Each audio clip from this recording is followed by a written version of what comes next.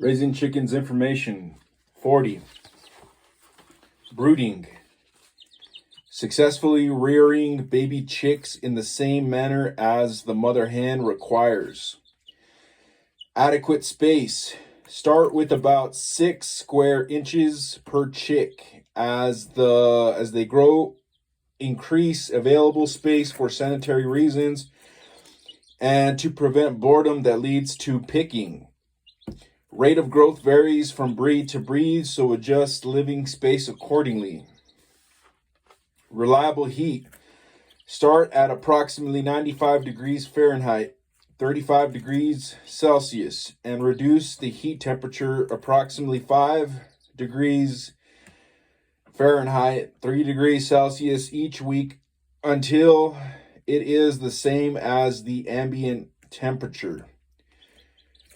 When heat is furnished by incandescent lights, start with 60 to 100 watt bulbs and adjust the temperature by raising or lowering the fixture or by decreasing or increasing the wattage.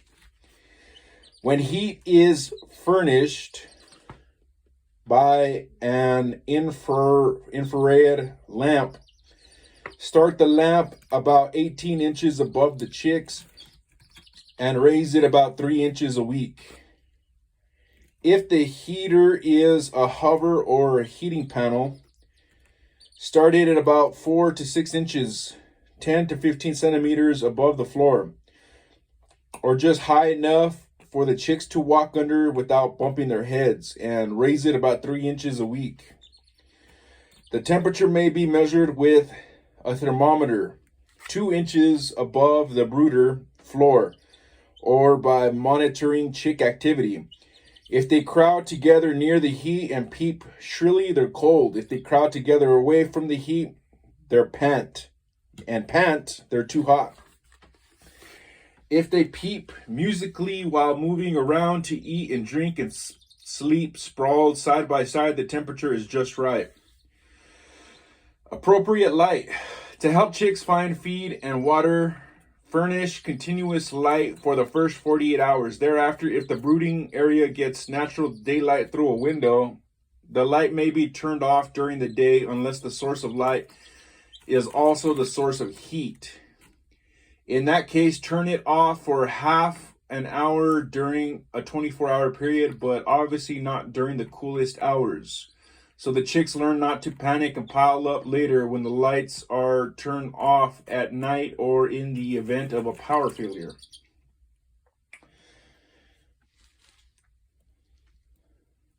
Feed and water. Chicks can go without water for 48 hours after hatch, but the sooner they drink, the better they will grow. Likewise, they can survive a couple of days without eating, but should eat soon after taking the first drink. Feeders and drinkers must be of a size and style designed for chicks of sufficient number for quantity of chicks being brooded and positioned where the chicks can readily find them. See also feeder chick. A clean environment, as well as insulating the floor for added warmth. Bedding absorbs moisture and droppings. Ideal kinds of bedding are peat moss, pine shavings, chopped straw, finely shredded paper, pellet bedding, vermiculite, and coarse sand. For the first 2 days until the chicks learn to eat starter and not bits of bedding, use paper towels. To make the surface firm, put down a few layers of newspaper or opened out feed sacks that keep the chicks from slipping on the slick paper with a layer of paper towels. Add a fresh toweling as often as necessary to maintain cleanliness, and after 2 days, roll up all the paper for disposal with loose bedding. Thereafter, to maintain clean bedding, stir bedding often so it won't pack, and add fresh bedding as often as necessary to keep it fluffy and absorbent. 41. Protection from moisture. Damp bedding gets moldy and can cause brooder pneumonia. Remove and replace moist bedding around waters and ensure they are level to prevent leakage. Damp chicks are vulnerable to becoming chilled. Make sure chicks have sufficient space spread out for sleeping so none get crowded into the drinker.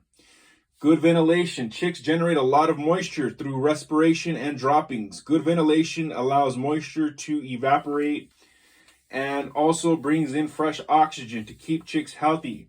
Homemade brooders, particularly those fashioned from plastic storage totes, are especially likely to lack adequate ventilation. Insulation from drafts. Chick down provides some moisture of insulation to help chicks retain heat, but air movement can remove the trapped heat.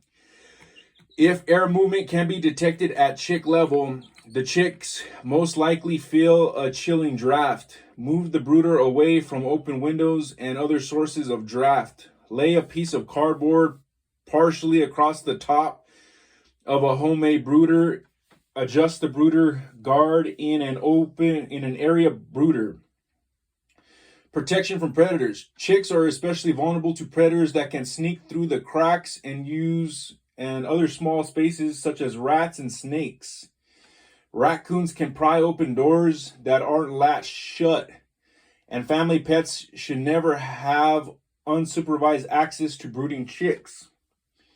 Freedom from stress. Chicks' immunity is decreased by stress, which both reduces their growth rate and makes them susceptible to diseases that might otherwise resist. In addition to meeting all the above requirements for successful brooding, other stress reduction measures include not handling chicks for the first few days of life, talking or humming whenever you approach so the chicks won't be startled by your sudden appearance, and leaving the old feeders and drinkers for a few days whenever they are being replaced by larger ones as the chicks grow. Here is a picture shown here in a cutaway. Chicks may be brooded in a sturdy cardboard box with a light bulb for warmth.